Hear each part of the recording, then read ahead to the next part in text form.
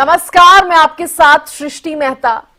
1 फरवरी 2025 को देश का आम बजट पेश होने वाला है और केंद्रीय वित्त मंत्री के रूप में निर्मला सीतारमण लगातार 8वां बजट भाषण संसद में पेश करेंगी। बजट में होने वाले ऐलानों पर आम से लेकर खास सभी की निगाहें होती हैं, क्योंकि बजट हर वर्ग के लिए होता है। बजट पेश करने से पहले शुक्रवार को वित्त मंत्री निर्मला सीतारमण ने लोकसभा में इकोनॉमिक सर्वे पेश किया।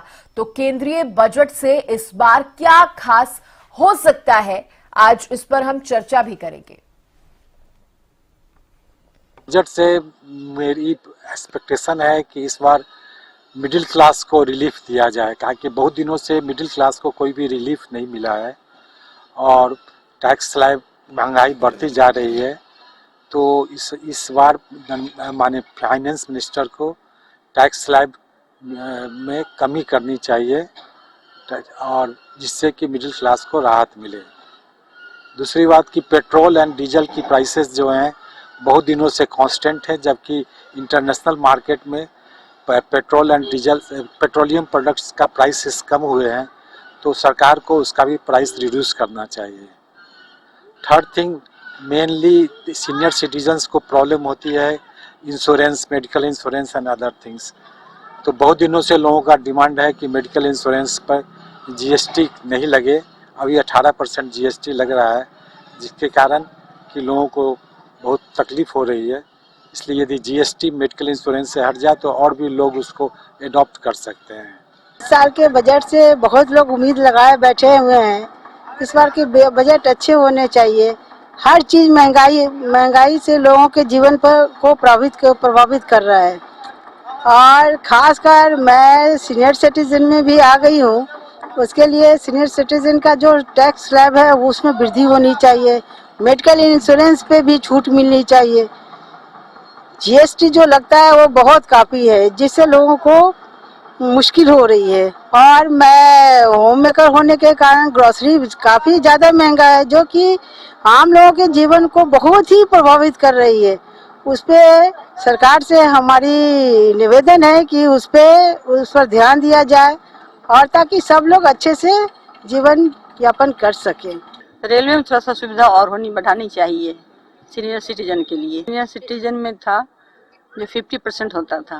अभी जो बजट आने वाला है उससे काफ़ी उम्मीद लेकर बैठा हूँ, क्योंकि अब के डे में मेडिकल एक बहुत बड़ा इंटीग्रल पार्ट है आज के पॉपुलेशन का। और आप सब जान रहे हैं कि धीरे धीरे मेडिकल जो एक पूरा सेक्टर है वो कितना महंगा हो चुका है।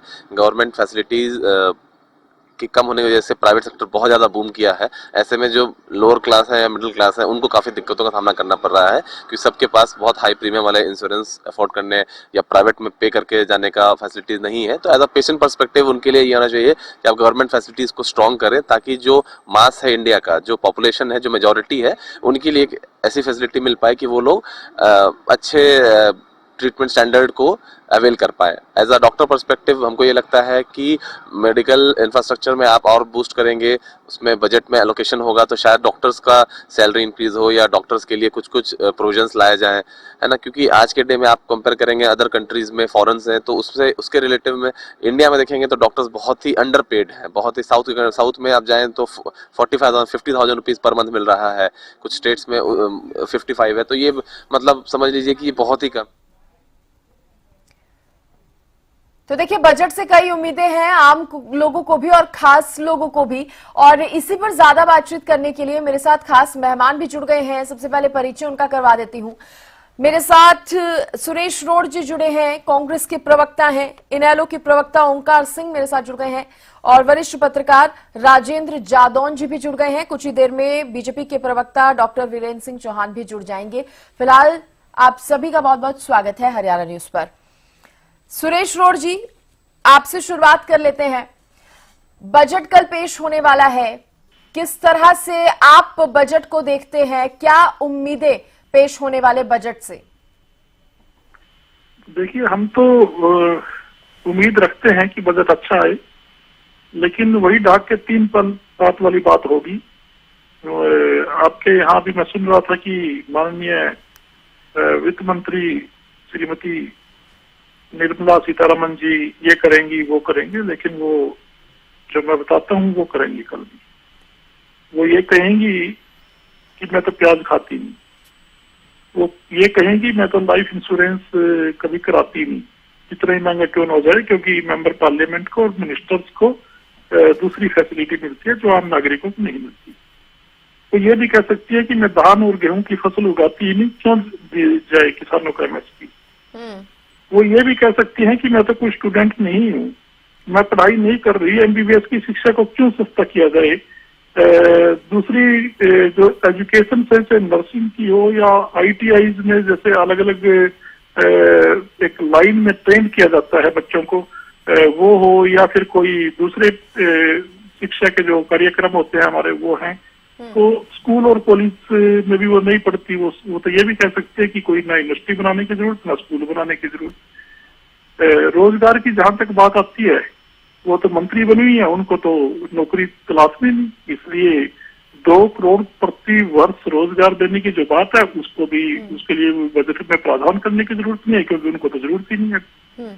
ये वित्त मंत्री नहीं है, इनके हाथ में कुछ नहीं है। चलिए कटाक्ष और मुझे हाथ लगता है में- बहुत हो गया सुरेश रोड जी। अब और आप हाथ में- ये भी नहीं, बता मेरी दीजिए बात कि सुनिए ना। क्या क्या होना चाहिए, आपको क्या नहीं, लगता है? मैं बताता हूँ जो होना चाहिए। जी किसानों की MSP के ऊपर इन्होंने बजट में प्रावधान करना चाहिए। कानून तभी तो बनाएंगे, आपके पास बजट होगा, ठीक है। आप बजट का प्रावधान कीजिए किसानों के लिए और फिर MSP की उनको कानूनन गारंटी दीजिए। ओके। आप भारत की सीमा में शत्रु चाइना बढ़ता जा रहा है, आप हमारी सेना के लिए बजट में बढ़ोतरी कीजिए। आने वाला समय राहुल गांधी जी कई बार जता चुके हैं, देश की एकता और अखंडता का सवाल है महत्वपूर्ण।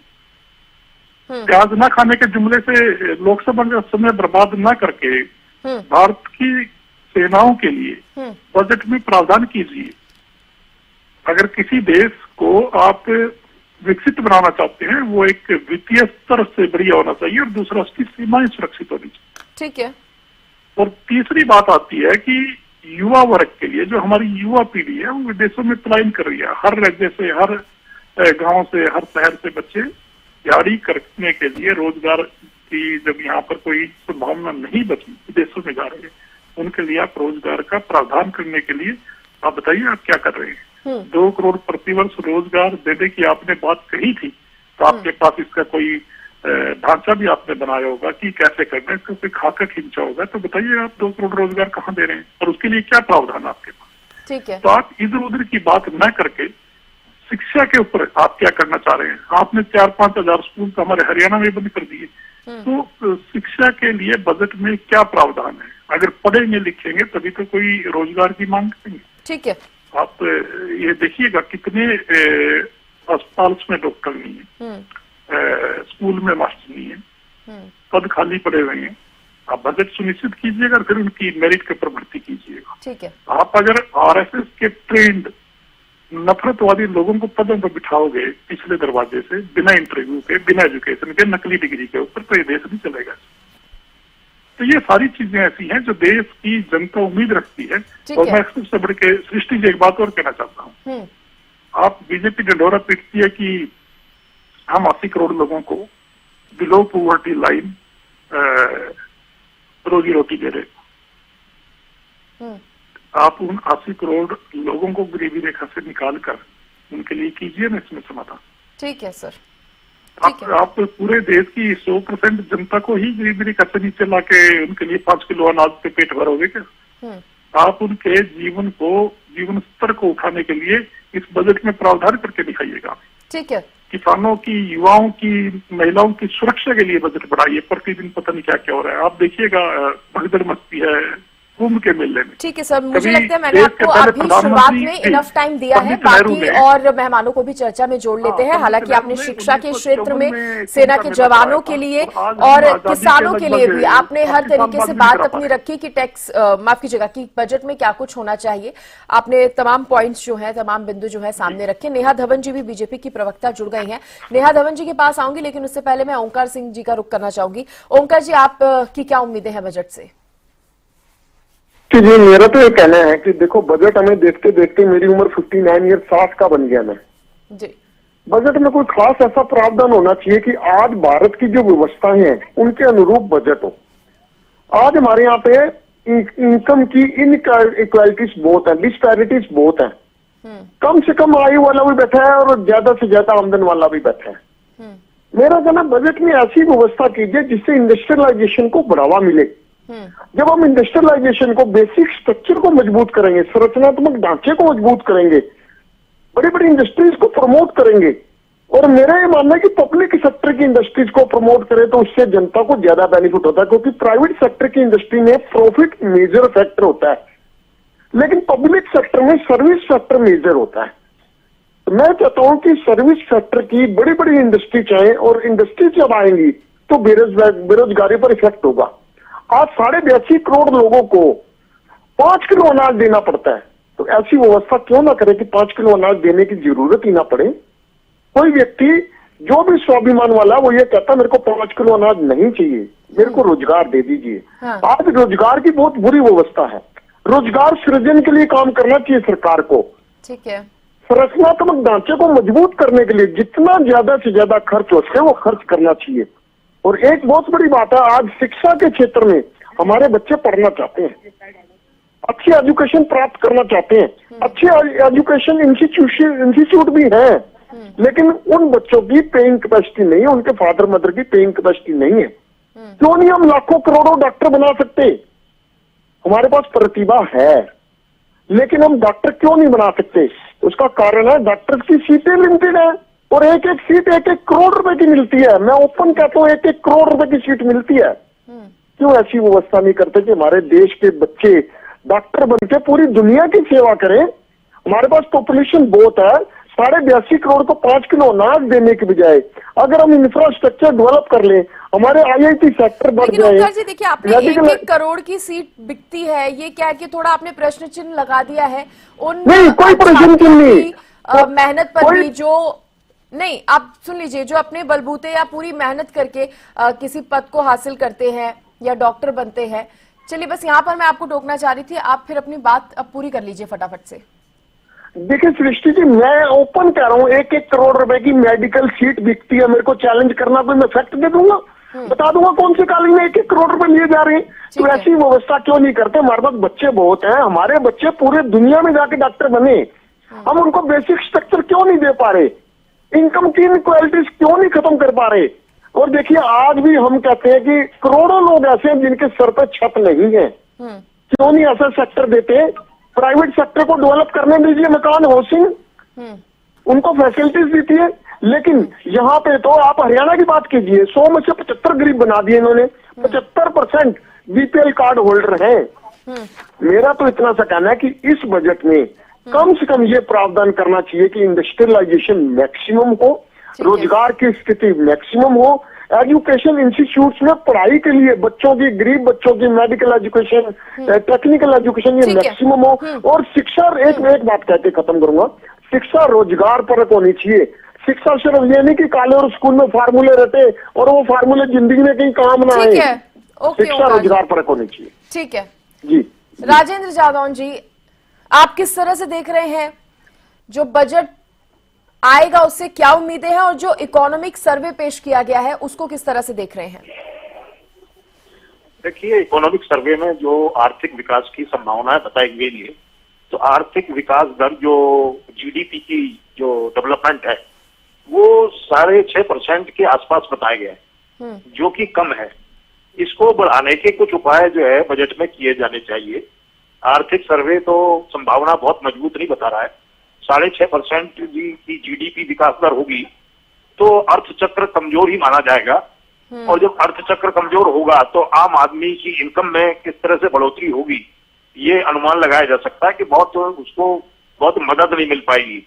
तो ये सरकार को आने वाले बजट में कुछ ऐसे उपाय लाने चाहिए जिससे कि आर्थिक विकास दर, GDP की जो दर है वो करीब जो है 8% के आसपास पहुंचे। तो ऐसे प्रयास करने की जरूरत है। देखिए, अर्थव्यवस्था अपने आप में एक चक्र है। चक्र ये है कि आम आदमी के पास अच्छी आय होती है, अच्छी आमदनी होती है, तो वो अपनी सुख सुविधाओं के लिए तमाम खरीदारी करता है, अपने विकास के लिए पैसा खर्च करता है, शिक्षा, स्वास्थ्य, तमाम सुविधाओं पर, तमाम जरूरतों पर वो पैसा खर्च करता है। जब वो पैसा खर्च करता है और जब खरीद करता है तो कारखानों को एक उछाल, उत्साह मिलता है जब उनके बनाए हुए माल को, तैयार माल की खपत बढ़ती है तो कारखानों में उत्पादन बढ़ता है, नए कारखाने आते हैं। नए कारखाने आते हैं तो आने का मतलब है कि इन्वेस्टमेंट बढ़ता है। जब इन्वेस्टमेंट बढ़ता है तो रोजगार भी बढ़ता है, रोजगार बढ़ता है तो आमदनी बढ़ती है, आमदनी बढ़ती है तो उसके साथ साथ टैक्स भी मिलता है आपको। तो ये एक साइकिल है। अब आपको ये ध्यान देना है कि साइकिल कैसे मेंटेन हो और सही तरीके से घूमता रहे। उसके लिए जरूरी है कि आम आदमी के हाथ में ज्यादा से ज्यादा पैसा हो। अब आप आम आदमी के हाथ में इनकम आय है नहीं, उसकी क्रय शक्ति, खरीद करने की पावर है नहीं, कारखानों के बनाए हुए सामान की खपत हो नहीं रही, तो नए कारखाने कैसे लगेंगे और रोजगार कैसे बढ़ेगा। तो ये देखने की बात है कि सरकार नहीं तो आप 5 किलो अनाज प्रतिमाह देते रहिए और उसकी संख्या बढ़ाते जाइए। अभी 80 करोड़ है, फिर 90 करोड़ हो जाएंगे, फिर 100 करोड़ हो जाएंगे।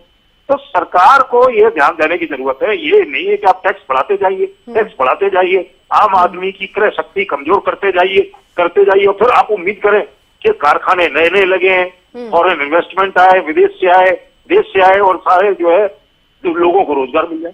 तो ये सारी जरूरतें पूरी एकदम नहीं हो सकती। आपको जो नींव है, किसी भी अर्थव्यवस्था की नींव आम आदमी ही है। आपको उसकी आमदनी का ध्यान रखना होगा। इसके लिए जरूरी भी है कि आय बढ़ाई जाए और टैक्स थोड़ा कम ही किया जाए, ताकि जो है खपत बढ़े, तो कारखाने लगे, निवेश बढ़े। अभी हो सकता है कि देखिए बजट में सरकार को ठीक करे, क्योंकि राष्ट्रपति जी का जो अभिभाषण था संसद सत्र की शुरुआत में, उन्होंने कहा कि देश के विकास में मध्यम वर्ग का अहम योगदान। तो मध्यम वर्ग को तो आप मजबूत बनाइए ही, क्योंकि वो ही आपको जब सबसे सर्वाधिक टैक्स देता है। एक आकलन आया है कि 64% जीएसटी आपकी आम आदमी से आती है। जो बड़े पूंजीपति, अमीर और रिच वर्ग के, समृद्ध वर्ग के लोग हैं, वो बाकी की 36% देते हैं। तो ये सरकार को, आम आदमी को मजबूत करने के कदम लाए जाने चाहिए। पिछली बार 48,20,000 करोड़ का बजट था, बजट बढ़ाइए। सबसे ज्यादा 18 लाख करोड़ वित्त मंत्रालय को दिया गया था और रक्षा मंत्रालय को 6.6 लाख करोड़ के आसपास था। तो अब ये किस तरह से रक्षा क्षेत्र को भी मजबूत बनाना है। विदेशी चुनौतियां बहुत जबरदस्त हैं। सामरिक शक्ति के रूप में अगर आप नहीं होंगे तो कोई भी आपको जो है किसी भी तरीके से, खासतौर से चाइना और पाकिस्तान, वो आपके पड़ोस में बैठे हुए हैं।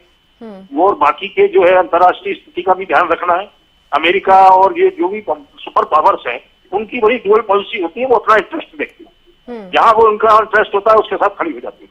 जैसे कि उनको अफगानिस्तान को दबा के रखना था तो वो उन्होंने पाकिस्तान की मदद कर दी अमेरिका ने, क्योंकि रशिया को उनको कंट्रोल करना था वहां, पाकिस्तान के जरिए तालिबान खड़े कर दिए। आज वो तालिबान शासन कर रहे हैं, वहां जो है पाकिस्तान उनको लेकर ही परेशान। तो कुल मिला के मैंने एक उदाहरण दिया है कि सुपर पावर्स हमेशा अपना इंटरेस्ट देखती है। तो आपको अपने बजट के जरिए किस तरह से अपने आप को मजबूत करना है। आपका यह भी है कि हम तीसरे नंबर की अर्थव्यवस्था हो जाए।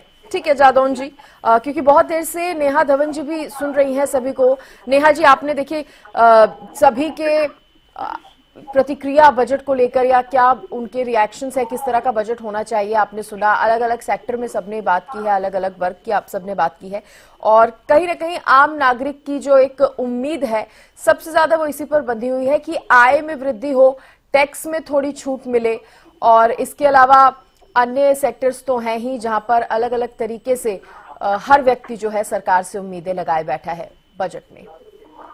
देखिए सृष्टि जी, ये बात बिल्कुल सही है कि देश की जनता सरकार से उम्मीद जरूर करती है, और बजट के दौरान सभी वर्ग के लोग, सभी क्षेत्र के लोग, विभिन्न विभागों से जुड़े लोग ये बजट की तरफ जरूर देखते हैं कि उनके वर्ग के लिए, उनके क्षेत्र के लिए क्या बड़ी चीज जो है वो सरकार देने वाली है।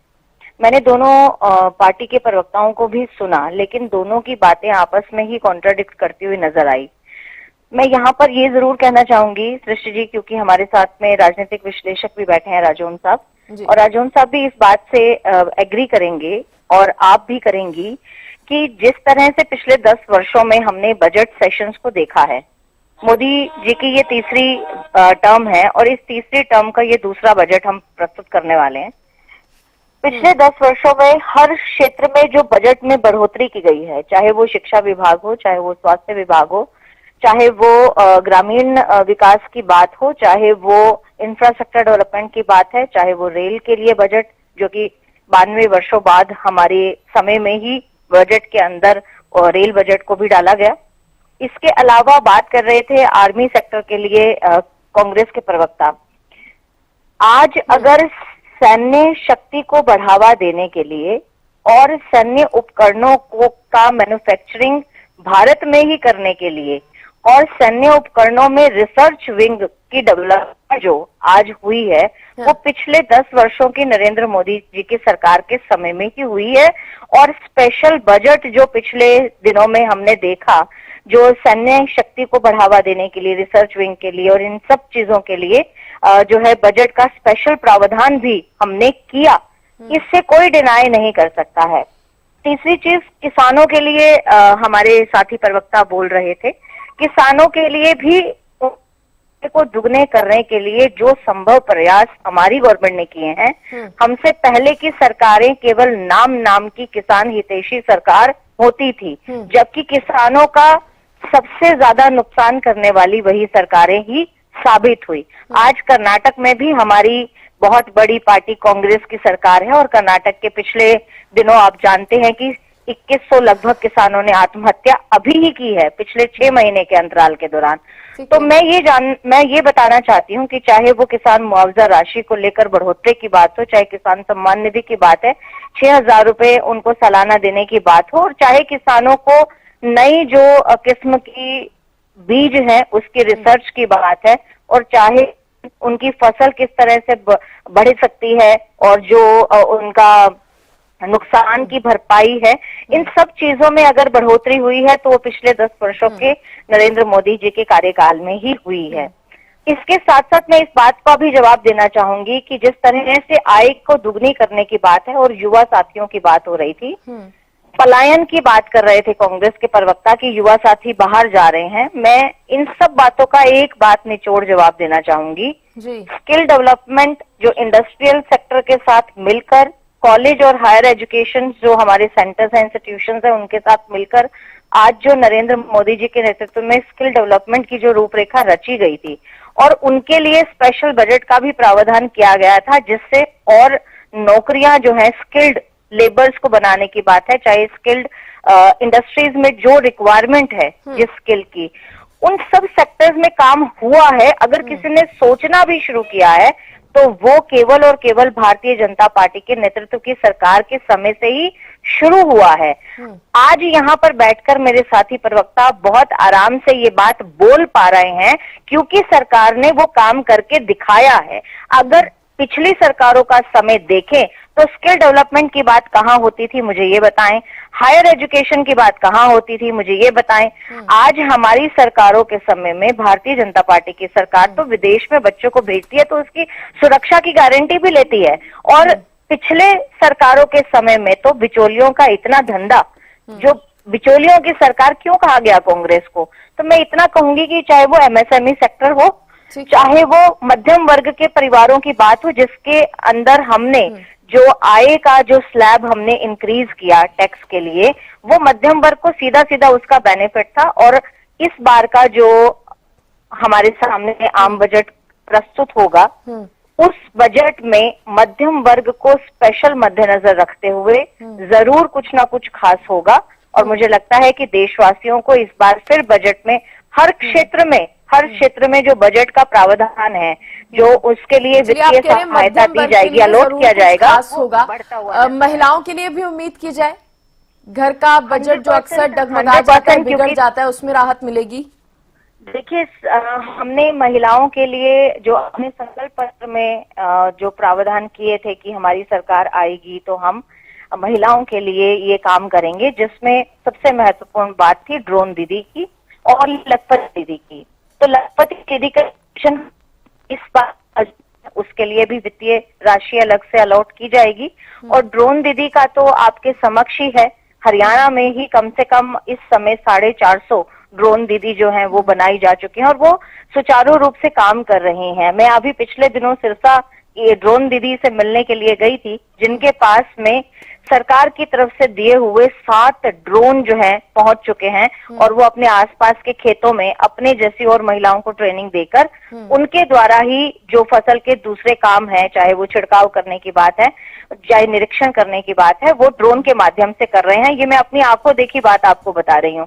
तो ये जो प्रावधान रहेंगे महिलाओं के लिए और महिलाओं की सशक्तिकरण के लिए, उनकी सुरक्षा के लिए बिल्कुल जरूर नेहा कदम जी, उठाए देखिए जाएंगे, उनके उम्मीदें स्वास्थ्य कई को हैं। लेकर भी कदम पेट्रोल डीजल की कीमतों में भी जो कमी आए, इनकी कीमतें भी घटे, ये भी उम्मीदें हैं। तो उम्मीदें तो कई हैं हर वर्ग को, हर व्यक्ति को। अब क्योंकि समय इससे ज्यादा की इजाजत नहीं दे रहे, तो मैं और जवाब आपसे नहीं ले पाऊंगी। और आप सभी जुड़े, आप सभी ने चर्चा की, उसके लिए बहुत बहुत धन्यवाद अपना समय देने के लिए।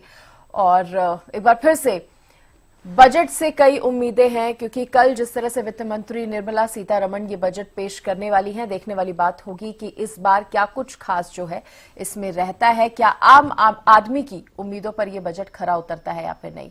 फिलहाल इसी के साथ इस बुलेटिन में इतना ही। आप देखते रहिए हरियाणा न्यूज। नमस्कार।